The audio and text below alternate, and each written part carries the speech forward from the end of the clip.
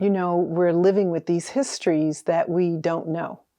The Brown decision, of course, we know is that landmark, groundbreaking decision that occurred in 1954, but it did not summarily end, obviously, school segregation. It certainly didn't end the pariah of racism, and we're still working through all of that. Brown and the decisions subsequent to it told us in no uncertain terms, particularly the decisions subsequent to Brown, Bradley, Green, Lee, and others, that we would achieve desegregation, that we would achieve integration when we had integrated the ranks of the professional educators in the schoolhouse and in the school district. So Brown and these subsequent decisions were about integrating the superintendency, the principalship, the teaching force, and the student body. So in many ways, we've misdefined Brown. In many ways, kind of the segregationist definition of Brown has prevailed, meaning the shuffling of Black students from segregated all-Black schools into previously segregated all-white schools with their segregationist white cultures and curriculum and educator workforce. We are still living with that history.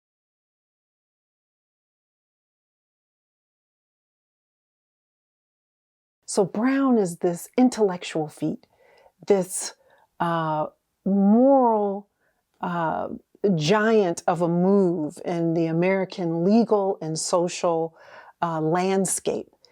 Many of the failings of Brown, the perversion of Brown, are laid at the feet of Brown, when really the perversion of Brown, the lack of progress toward its ideals, should be placed at the feet of massive white resistance to the decision.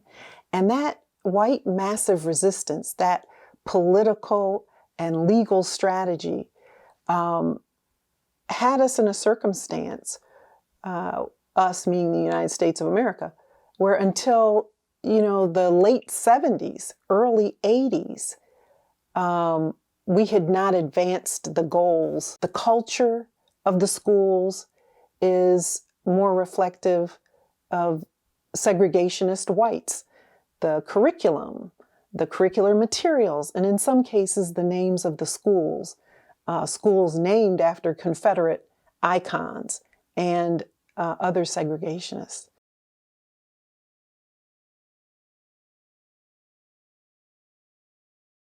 I think a lot of people don't understand this era, the early 1900s to Brown, that Black people weren't able to vote. So you say, well, how does white massive resistance work? If you can't vote, the city councils, the mayors, the superintendents, the state legislatures, the governor, they're all white, and they're committed to a segregationist ideology. And they're not breaking that up. So when you have that, that mechanism impeded progress. And Brown becomes kind of the first really stab in the eye of white supremacy. And there are subsequent decisions that do say, you're on the right track. We can't have this in a democracy. So it wasn't until the early 1970s that we really start to wrestle with, what does it mean for the country to lose this exceptionally credentialed cadre of Black educators right at the time that the nation needs them? So during the years that follow Brown, we need Black educators who at that time and now are the nation's most academically credentialed educators to help define Brown, to help define its implementation. And yet what happens as a result of white massive resistance to the decision is that Black segregated schools are closed, 100,000 Black principals and teachers are summarily fired, dismissed, and demoted, and Black students arrive at the doorhouse to schools that are labeled as desegregating or integrating, when in fact, those schools, by and large, were previously segregated all-white schools in terms of workforce, in terms of curriculum, in terms of the type of instruction. And those students then are existing in deserts, school deserts, that were not intended to serve their interests or needs.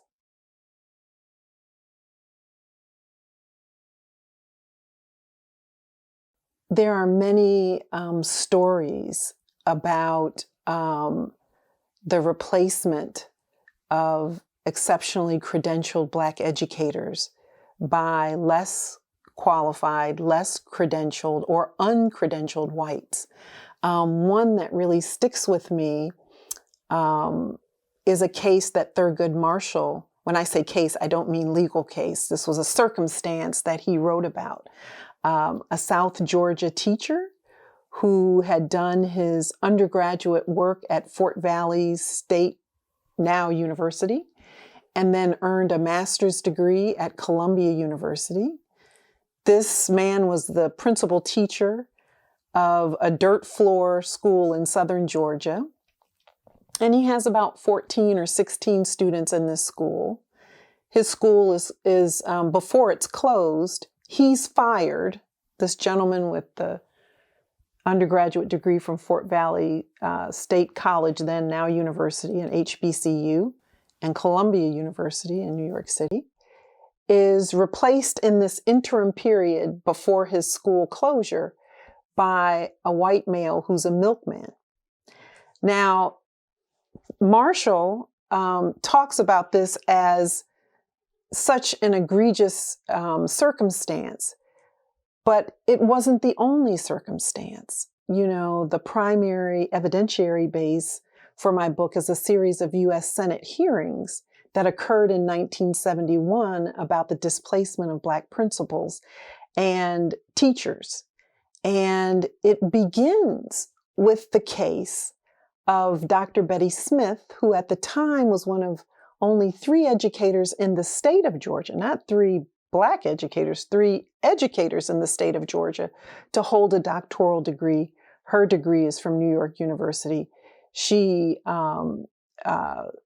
has exceptional credentials, had served well for about 15 years, and then she's fired and replaced by a white male with a master's degree.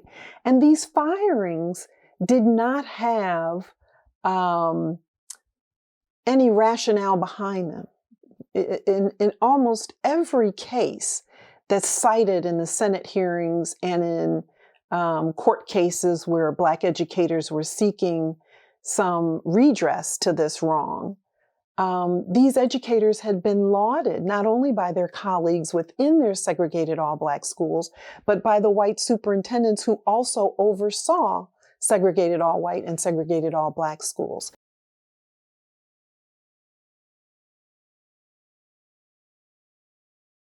These were exceptional generations of Black educators in at least 4 ways. I'll say the first way is that they had HBCU training because state laws prohibited Black citizens of the United States and various states from attending public and private institutions which were reserved for whites, even in the case of public colleges and universities. Black citizens of a state paying taxes to support these institutions, and yet they can't attend them because of racist laws that are on the book. So these educators who were purged from the system, the largest brain drain of any talent ever experienced in the history of U.S. public schools, were exceptionally credentialed through their HBCU preparation. They were exceptionally credentialed through their graduate school preparation at the nation's then and now preeminent graduate institutions. They were exceptional in their commitment to democratic ideals of fairness and equality and opportunity, and the philosophy that education is uplift. And it's not about individual uplift, it's about community uplift.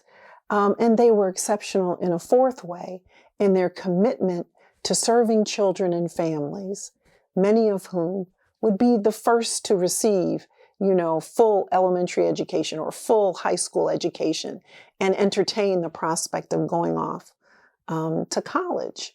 And so I don't believe that the nation has ever recovered from this massive brain drain of exceptionally credentialed individuals.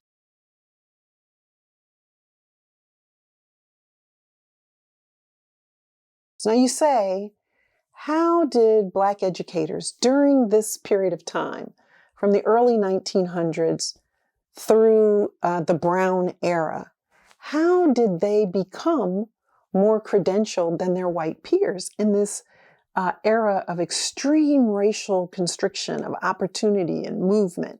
Well, this is how they became more credentialed. The states have on their law books, in their statutes, in their laws, as I said earlier, that Blacks cannot attend, integrated institutions. They have their own, Black elementary and secondary schools, and Black colleges emerge out of this milieu in the 17 dual system states.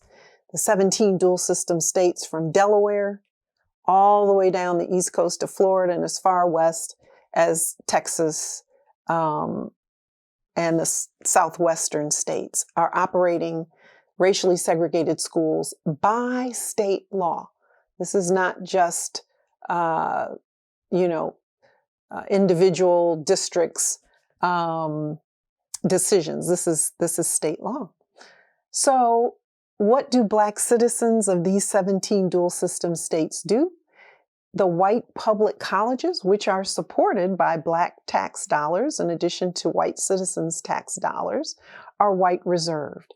So they create, Blacks with progressive white partners create HBCUs, and Blacks attend those HBCUs and earn college degrees. If you were a citizen in a state where the HBCU did not offer graduate or professional training in your field of interest, you would have to leave that state because you're not permitted to attend the state or private institution, which is white reserved. And so what did states, states start coming under some legal pressure to end this practice of racial segregation in colleges and universities and graduate and professional schools. Well, what do? They create a new segregationist tool, which I talk about in chapter 2 of my book, Jim Crow's Pink Slip. And that segregationist tool is the Negro Tuition Scholarship. And it's recorded in state statutes. And so in my book, I cite Maryland and Texas as among the 17 states. And what is the language of the Negro Tuition Scholarship? It's not a scholarship as you and I would think about a scholarship in terms of academic merit or financial need. It's a segregationist tool. And here's the language. The Negro Tuition Scholarships, Negro with a small n, are designed and designated for Negroes otherwise qualified to attend the University of Maryland or the University of Texas. And states borrow language from one another. So this is not unique to Maryland. It's not unique to Texas, North Carolina, Virginia. All the states are doing this. And so the state sets aside in its budget a small amount of money to match this segregationist legislation. And Black educators in particular, Black teachers and principals, use these Negro tuition scholarships, as paltry as they might be, and as insulting as they are to their status as an American citizen, to pursue their graduate work outside of their state. Essentially, the state is saying, we will continue to violate the 14th Amendment rights of Black citizens. You cannot get your graduate or professional education here, but you can take this Negro tuition scholarship and go where you may go. And where do Black principals and teachers go? They go to these institutions en masse in this order of frequency: New York University, Columbia University, Harvard University, the University of Chicago, the University of Michigan, The Ohio State, Kansas State, University of Pennsylvania. Not one or two, not an exceptionalized few, but en masse, these generations, I would say it was at least two, go to those institutions and they do what I call in the book an academic migration. They go to these institutions over a few years, they earn their graduate degrees, and as they're earning these degrees, they are returning to the South and teaching in segregated all-Black schools. And this is how kind of this, an odd joke played on Jim Crow. You kicked us out of the state, you thought we weren't going to get graduate education, and yet we did, and we remain committed to returning to our homes in the 17 dual system states and teaching in those schools. So yes, there's never been a time, as Professor Chika Akua of Clark Atlanta University says, there's never been a time in American history where we have invested in the education of Black children at rates equal, equivalent to, or on par with the education of white children. And yet, in those underfunded schools in the 17 dual system states that are segregated all-Black schools, the literal jewel in the school is the educator, is the teacher, is the principal. And because we've had this kind of segregationist shading of the history that's been told about segregated all-Black schools, we largely have not talked about this narrative of these exceptionally credentialed people.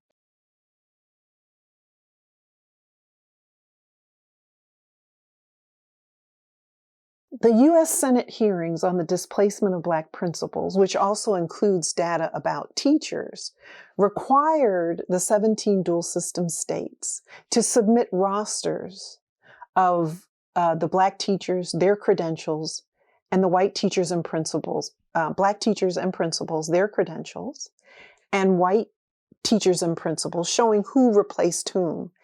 And on a near one-to-one basis, in the 17 dual system states, white teachers and principals who were less qualified or unqualified replaced exceptionally credentialed Black educators.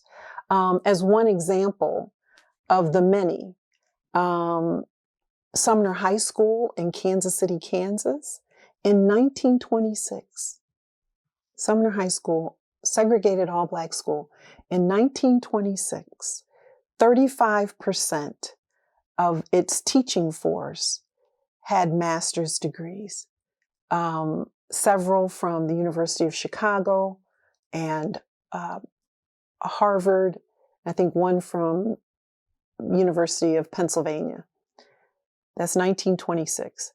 By 1935, 61% of the faculty had graduate degrees, master's and doctoral degrees. Again, Harvard, University of Chicago, University of Pennsylvania. By 1968, the year that the school begins to desegregate and integrate into the previously segregated all-Black school white teachers, the percentage of teachers with master's degrees falls below the 1926 level, below the 1926 level of 35%. This was a common feature of the segregated all-Black schools. And when you compare these Black educators of those generations to their white peers had the advantage of attending local institutions, staying in locales, and were paid at higher rates than Blacks with graduate degrees. So there were in the midst of all of this too, well documented prior to Brown and after Brown, these disparate rates of paying the salary rates for Black and white educators.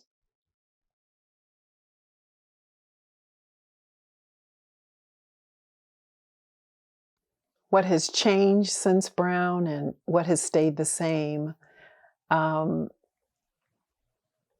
I said earlier, history isn't dead, and we're living with histories that we don't know. One of the things that's stayed the same is that there's been a predominant narrative in the research literature and in policy about why there is an underrepresentation of Blacks in the U.S. educator workforce.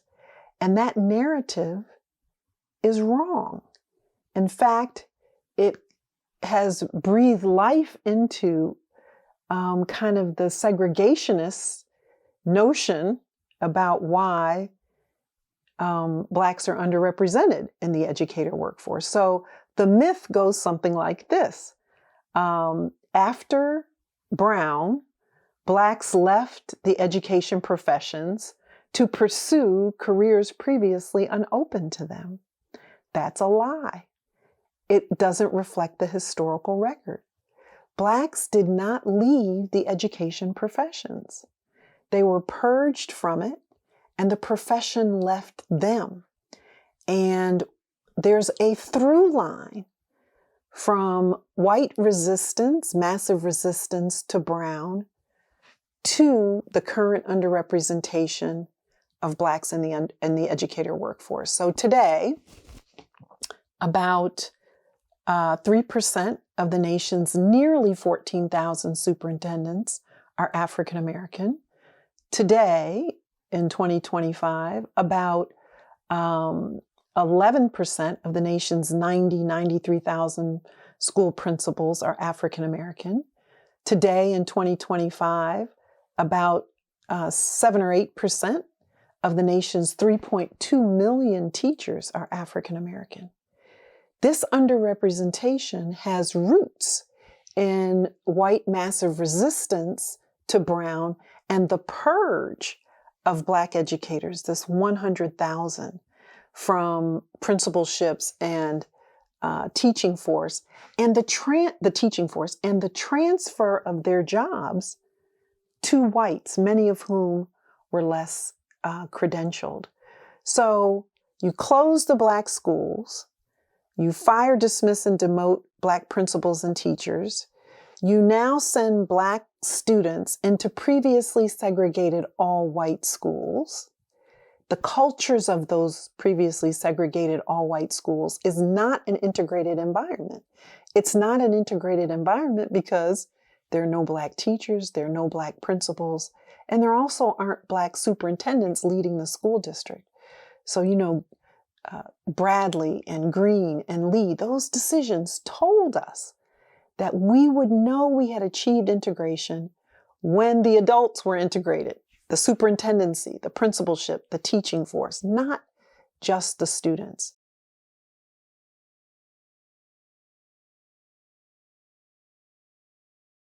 So now students are in a setting where the curriculum doesn't reflect them, where the teaching force doesn't reflect them, and where the culture of the place too often is antagonistic and hate-filled. That was then. And also where there was physical violence imposed on children, and children didn't have anyone in that environment to rescue them, to guide them, to teach them about how to negotiate racism. That was then. Today, in 2025, if I look at curricular materials, this is my 30th year in higher education, and prior to that, I was in K-12 education as a teacher and administrator. So today, the curricular materials that children have access to are almost exclusively white in authorship, in imagery, and content. That fact is debilitating to the intellectual and social development of Black and white and any other child.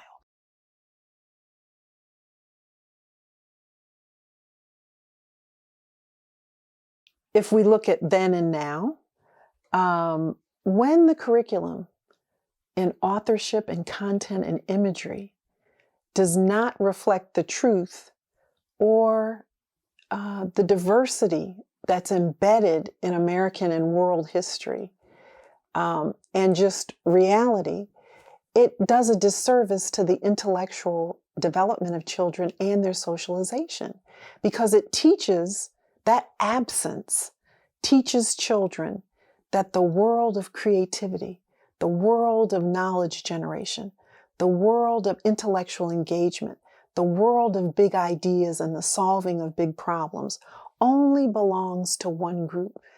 That absence in the curriculum is profound and it's debilitating.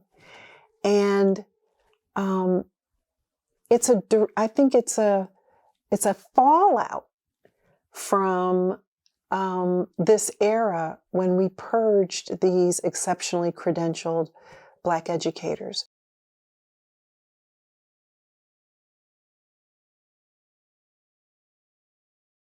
You know, if we say that, all the quaint aphorisms say that education is about the children, it didn't seem that in the equations for integrating public schools or desegregating them, that the needs of Black children, their intellectual development, their socialization, their ability to be in a safe place that acknowledged their intellectual gifts, it didn't seem like any of that mattered. What did matter was the ability for segregationists to define what brown would mean and to define what the schools would look like in terms of the workforce, the curriculum, and the cultures. So our nation is still wrestling with this. We have this underrepresentation of Blacks in the educator workforce, even though then and now, Black educators are the nation's most academically credentialed and experienced educators. So there's that through line there. And if I think about other groups, Hispanic, Latinx educators, Asian American educators, First Nation, Indigenous educators, all of these groups of educators are underrepresented in the nation's educator workforce because there's a specific racialized history tied to their being eliminated from the workforce or held out from it. And my book explores that in great detail. How did this happen?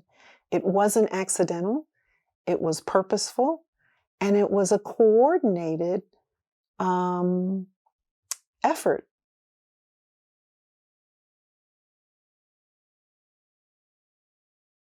So many times in research and in journalism, we say Brown failed. Brown failed. Brown was a miraculous decision, intellectually and in terms of moral fortitude. Massive white resistance to the decision perverted the intent of the decision. And we know this because there are numerous court cases. I've cited a few. I cite more in my book. Bradley, Green, Lee, that say, no, this was not the way it was to be done. And so the segregationist hand and hold on how Brown was defined and operationalized, it still persists. And if you talk to Black parents, they are still struggling with underfunding of public schools in their areas. They're still struggling with curricula that don't reflect the broad depth of American history that includes African Americans. and still struggling to find a place where their child's intellect can be celebrated and where their child doesn't just go to that school, their child can be at that school. Those are rare places for Black children, even today in 2025.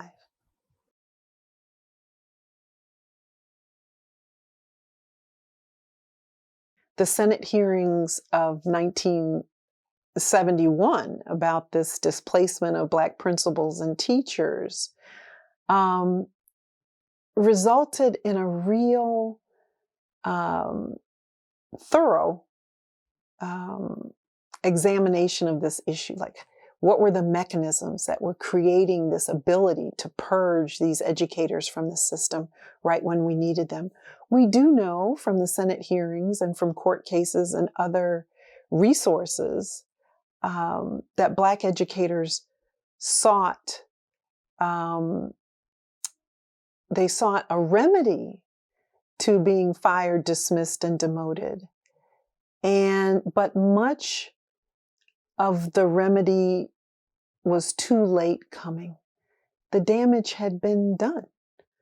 Not only with those individual educators who were affected, the damage had been done because generations behind them, you see in special reports, primarily from faculty and education at HBCUs, that there's a new generation that's not interested in pursuing education because they've seen what happened to the older generations. And they're concerned about having financial stability and really being able to have a career given the maneuvers of state legislatures and local school boards and superintendents. So we see this crack in the pipeline being experienced by a generation behind those two that had this experience themselves. In fact, the origins of the Black male teaching crisis we find in this era. The majority of principals in segregated all Black schools and segregated all white schools were Black. Were male. So it was traditionally males populated the principalship. When segregated all Black schools were closed and those principals summarily fired, dismissed, and demoted, there was a disproportionate impact on Black males. You know, the principalship didn't start to reflect more broadly females until about the 1990s, surprisingly, late 1980s, 1990s. So we begin to see the first wave of Black male educators wiped out and not replaced. And the root of that, the through line again, is in massive resistance to the Brown decision.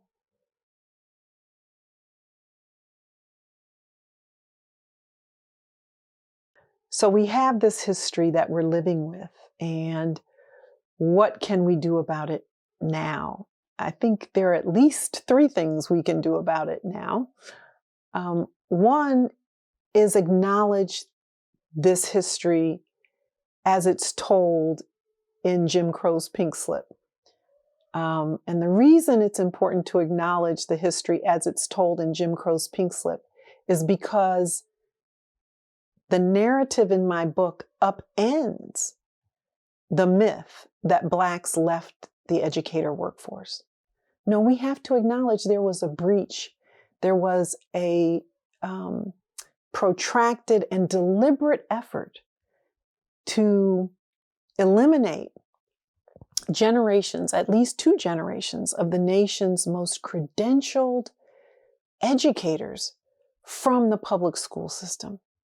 And that effort was achieved in the purging of these 100,000. So just acknowledging that history and the ripple effect that it created.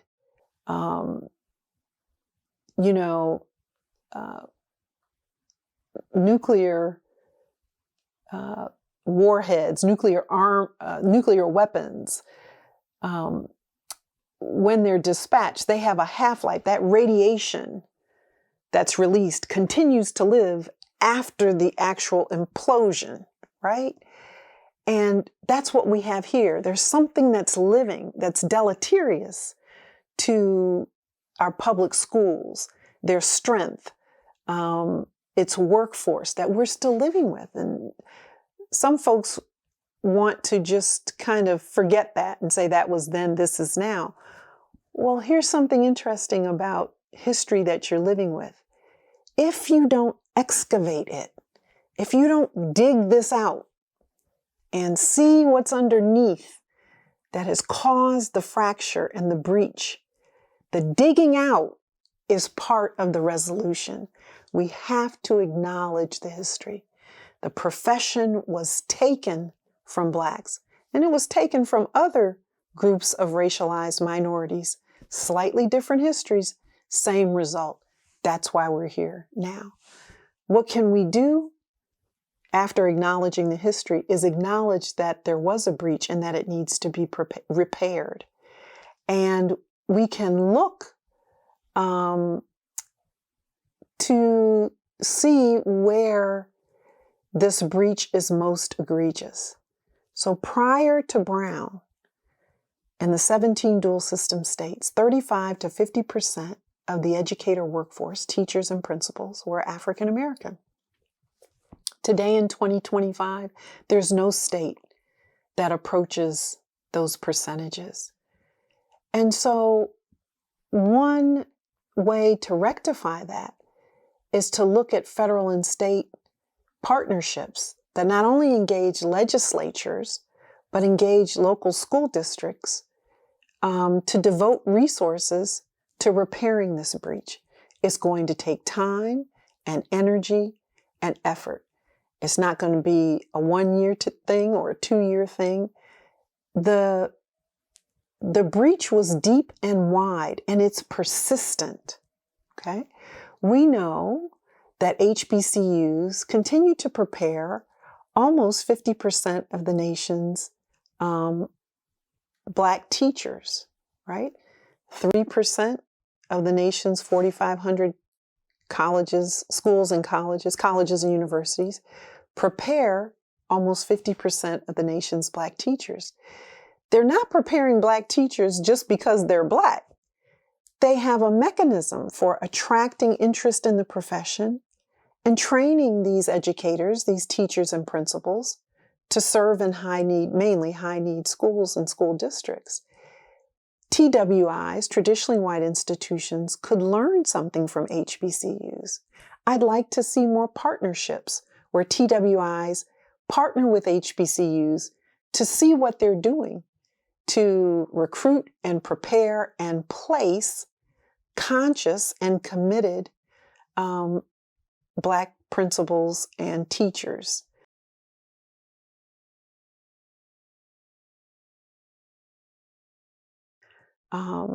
There are other policy, I think, solutions to this as well. Some of those solutions might involve using federal programs to, the Title I, Title II programs to increase the recruitment and preparation and placement of Black teachers in particular. And there will be lawsuits, I think, challenging districts that fail to have a diverse pool of applicants for superintendencies and principalships. We still have districts in this country that have never had a Black superintendent.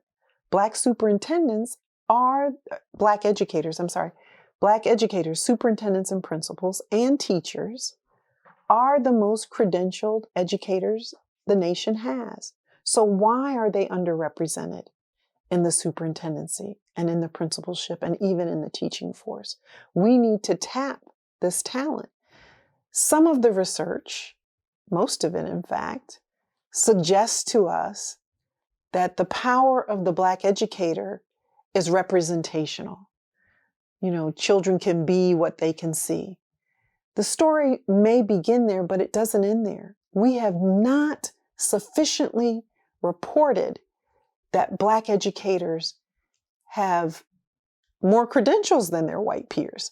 And that credentialing, that academic preparation, certainly has some influence on their effectiveness, not only with Black students, but likely other groups of students. We know from the literature, Black students who have a Black teacher, they're less likely to be suspended, less likely to be misplaced in special education, more likely to graduate high school, more likely to apply for college upon high school graduation, and the list goes on. So we know that there are academic and social benefits that accrue to Black and brown students when they're in schools with when they're in highly diversely staffed schools. Their academic and social outcomes improve.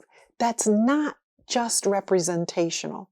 That also, I believe, has something to do with the actual preparation of those teachers, those African American teachers and principals. And so we have to do a better job in the research community of not abandoning the representational argument that it matters, but looking at the intellectual and other skill sets that these African American teachers bring to the classroom that are positively impacting the intellectual and social development of their students. So I'd start there. I'd say acknowledging the history. I would say using existing federal programs and partnerships between federal and state and local jurisdictions and resources to recruit and prepare and place more Black teachers.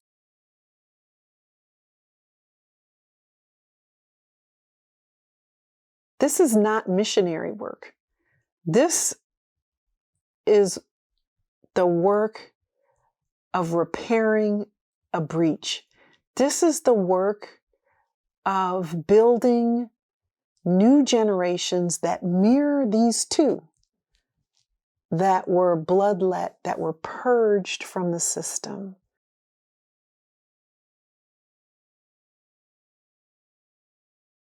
This is reparations work. The economic impact of the purging of these educators and the transfer of their jobs to less qualified and underqualified whites left a $2.1 billion income deficit in the Black community between about 1952, 2 years prior to Brown, to the early 1970s. Something has to be done to repair that. And we're still living with that. And we need good people of reasonable intention to understand that in order for our country to continue to progress, we do need an education system that's more supple and more reflective and more representative in its leadership and also in the day-to-day classroom instruction.